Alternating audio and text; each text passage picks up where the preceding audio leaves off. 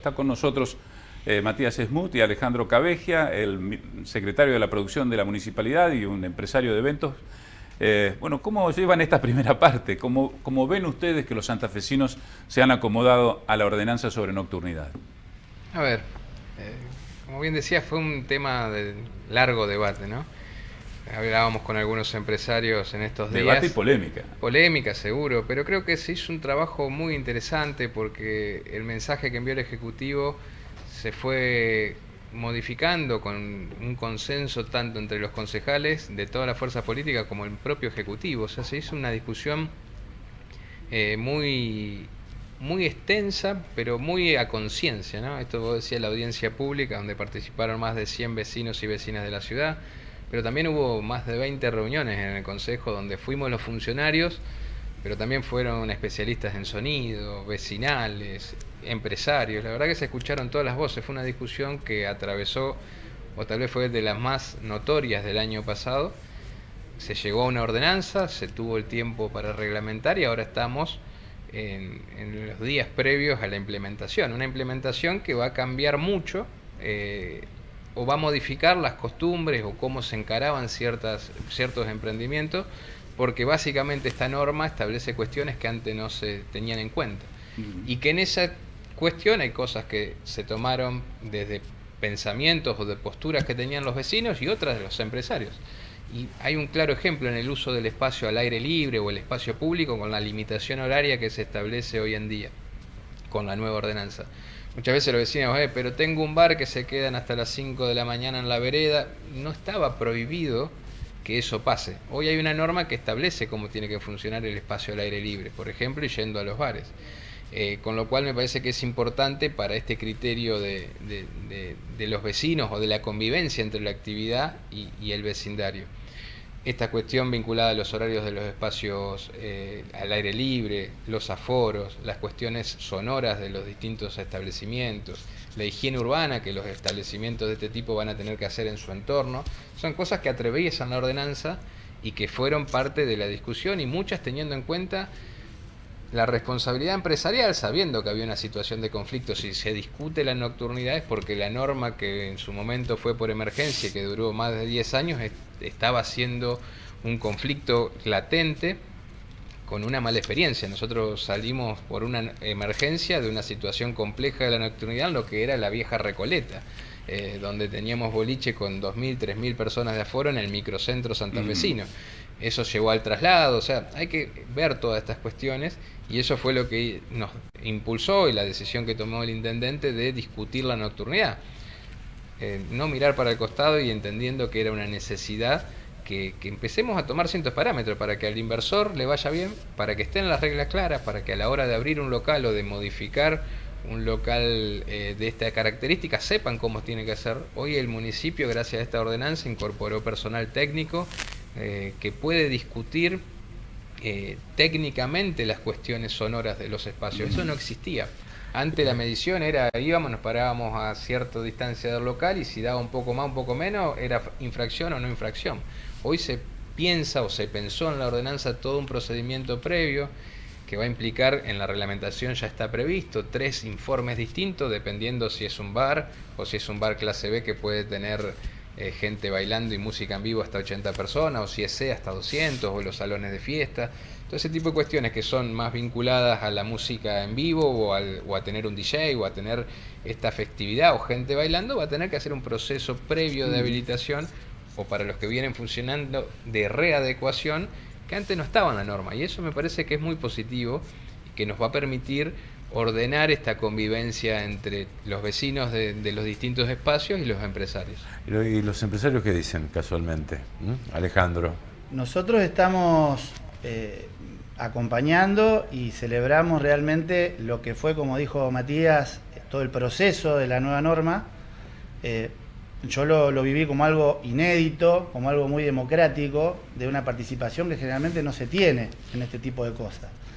Por lo cual creo que fue muy positivo, era necesario, pero también cabe destacar que hay cosas, digamos, que los sectores, los distintos sectores, nosotros estamos en la parte de los eventos sociales, de la familia, después está el empresario que tiene su boliche, que es otro tipo de emprendimiento, el que tiene el bar o el que quiere llegar a transformarlo en un pub, son cosas distintas. Hay algunas cuestiones en las cuales obviamente tenemos que trabajar en conjunto con la municipalidad.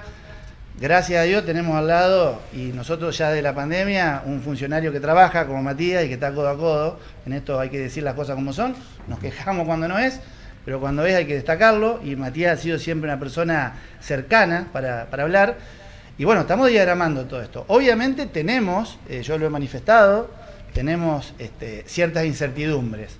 Porque hay lugares, digamos, como el caso nuestro, que es Salón del Puerto, que fue previa su autorización, su instalación, su diagramación, a la construcción de unidades habitacionales en el lugar. De los edificios. Y obviamente tenemos que convivir nosotros con eso. Entonces, ¿qué buscamos?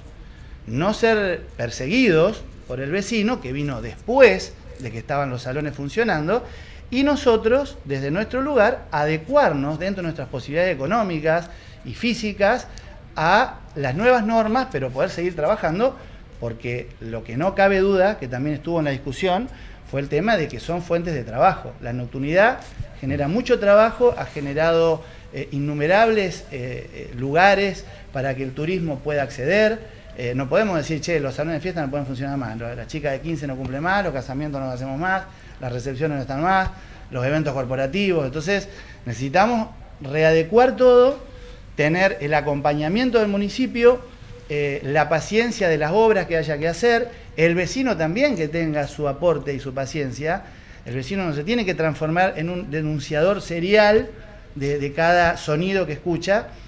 Y un tema que también me gustaría destacar, sí, es que la nocturnidad, por ahí en toda esta norma, se abordó casi pura y exclusivamente desde el punto de vista del impacto sonoro y de los horarios.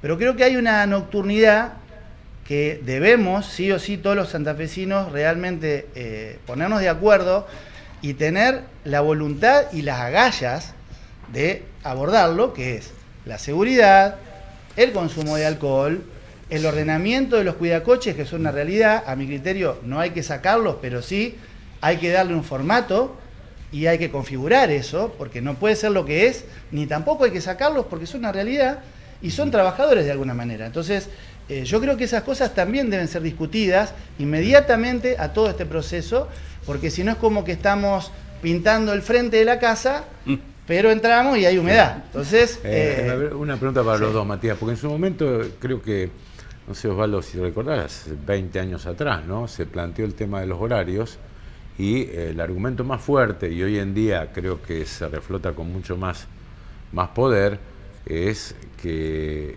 los chicos estén deambulando a determinada hora por el tema de inseguridad. ¿Cómo lo piensan? ¿Cómo lo piensan hacer ese tema? ¿Cómo lo piensan? Hoy ya no hay horario límite para entrar. Se cambió un poco, eso fue una de las cuestiones que se planteó más desde la cuestión de boliches, de no tener la limitación de ingreso a las 2 de la mañana. Cuando se planteó eso, y esto fue un pedido expreso, ¿qué pasaba? Con la zona de boliches, sin la infraestructura necesaria, en la ordenanza se establece que hay que hacer obras en la zona de las 168 de boliches, de hecho están presupuestadas en el presupuesto que se aprobó el año pasado en el Consejo para este año, ciertas obras de infraestructura tendientes a mejorar la zona de boliche, porque hay muchos empresarios que han hecho la inversión por el traslado que implicó para la actividad y que no se vio acompañado con las obras necesarias para poder potenciar la zona. En ese sentido, esto que se hablaba de la cuestión de la liberación del ingreso, si no podía prever las previas o lo que se hablaba en otro tiempo de esto que vos decías, de los chicos llegando tarde al boliche, nosotros creemos que eso está limitado. O volviendo a casa. Sí, pero está limitado con esto del horario de cierre de las 6 de la mañana, no se va a poder funcionar más allá de ese horario. Nosotros cuando hablábamos de esa época, primero que los boliches estaban a 2 pasos de los lugares, digamos, estaban en el microcentro, no había que trasladarse hasta la 168 y segundo que no tenían horario de cierre. O sea, uno podía entrar a un boliche a las 5:30 de la mañana porque se podía quedar hasta las 7 o hasta las 8 de la mañana, digamos. Eso está limitado. Lo que se buscó con los distintos horarios es que pueda haber una rotación.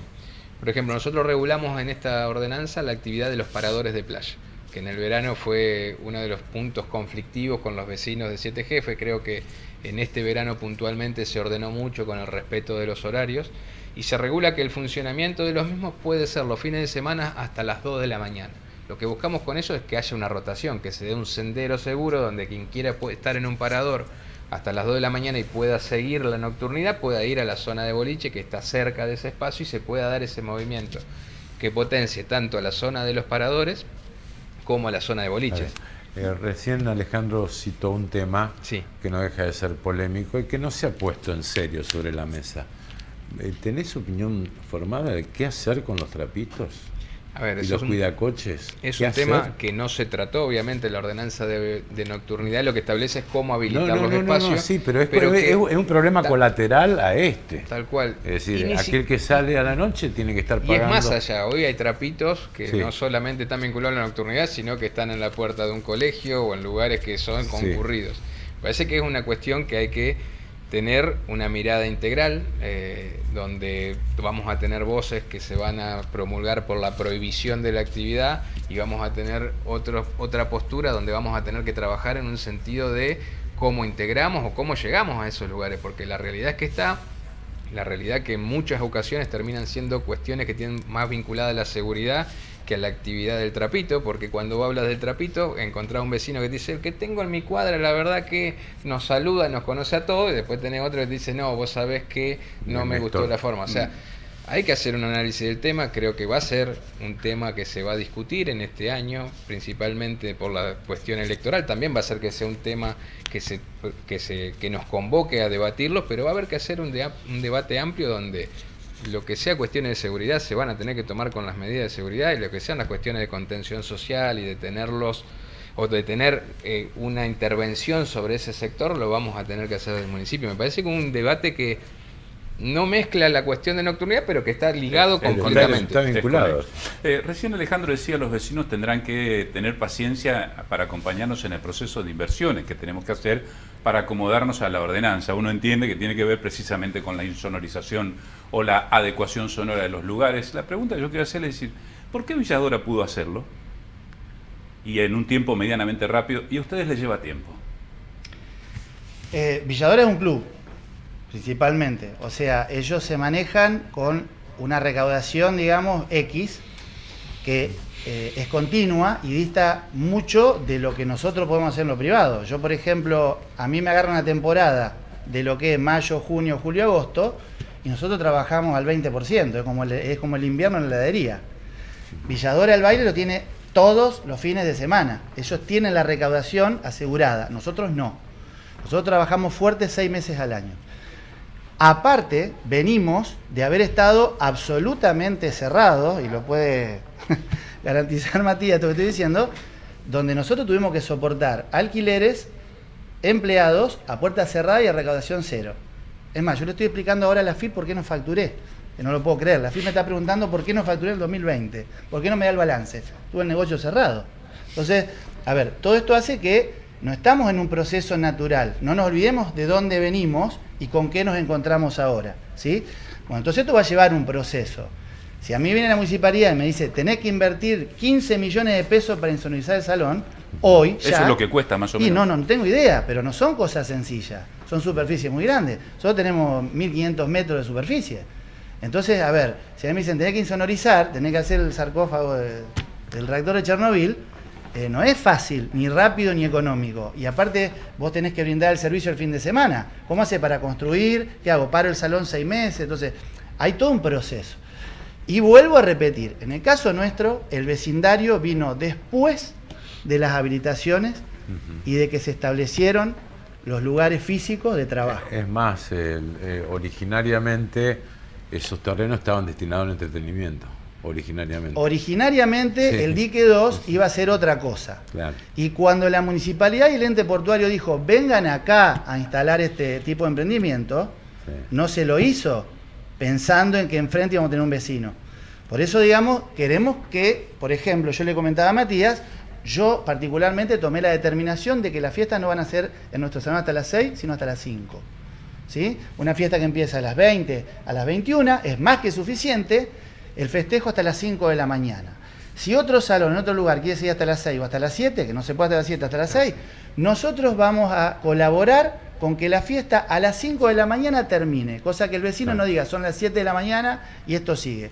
Entonces, queremos que esto sea un ida y vuelta. Nosotros vamos a hacer, el vecino también tiene que entender que fue un lugar donde había salones de fiesta. Entonces no puede regir el silencio absoluto ni que esté todo cerrado. Gracias por Gracias, gracias. Gracias a No, ustedes.